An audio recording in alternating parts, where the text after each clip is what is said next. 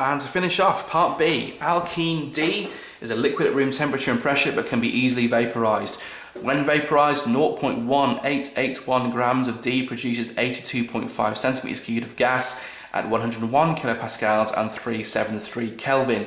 Determine the molar mass and molecular formula of alkene D. Show all your working. Okay, so straight away, I can see pressure, I can see a temperature in Kelvin.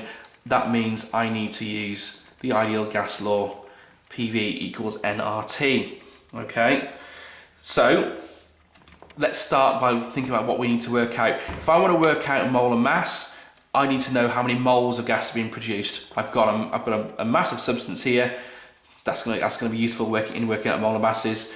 I can work out a number of moles of gas being produced from the information I've got here.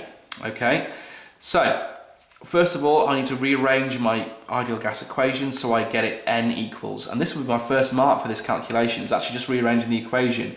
So I want n on its own, so rearranging that, n is going to be PV over RT.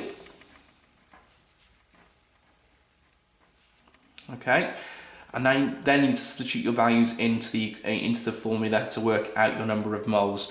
Pressure has been given to you in kilopascals. When you're working with the ideal gas equation, your pressure must be in pascals. So remember, there are 1,000 pascals in a kilopascal, so therefore 101 kilopascals, we can just do 101 times 10 to the 3, or 101,000 pascals, but you must make that conversion. Okay, volume. We've been given volume here, 82.5 centimeters cubed. For your ideal gas equation, volumes must be in meters cubed, okay? And there's 1,000,000 centimeters cubed in a meters cubed. So what we need to do here is do 82.5 times 10 to the 6, minus 6, sorry, okay? Because there are 1,000,000 centimeters cubed in a meters cubed.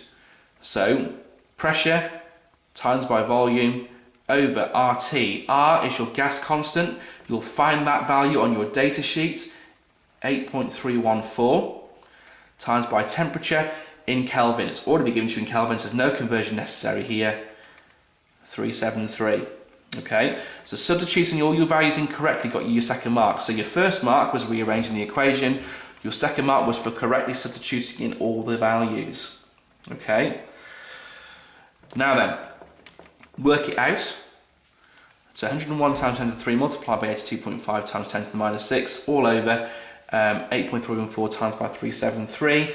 That gives you a number of moles of 2.68.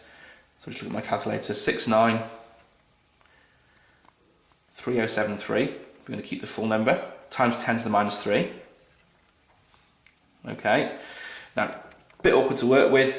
I can round it up to 3 significant figures to keep it useful. Okay, so that's going to be 2.69 times 10 to the minus 3. So that's your third mark. So you've correctly worked out your values. Okay, anything less than 3 significant figures and you drop that mark there. Okay, right. So now I've got a number of moles.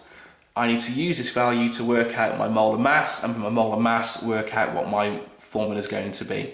Okay, so remember then that moles equals mass over molar mass. Okay, therefore molar mass is mass over moles. Okay, we've got our mass, 0.1881. We've got our number of moles, we've just worked it out, 2.69 times 10 to the minus 3.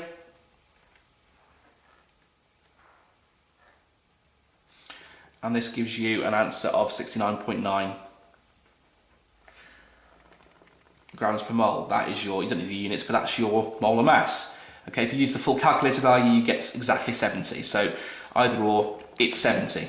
Okay, let's round it up to 70. So from here then, I've got 4 of my 5 marks. The 5th mark then is for using the fact that we know it's an alkene to work out what the formula will be.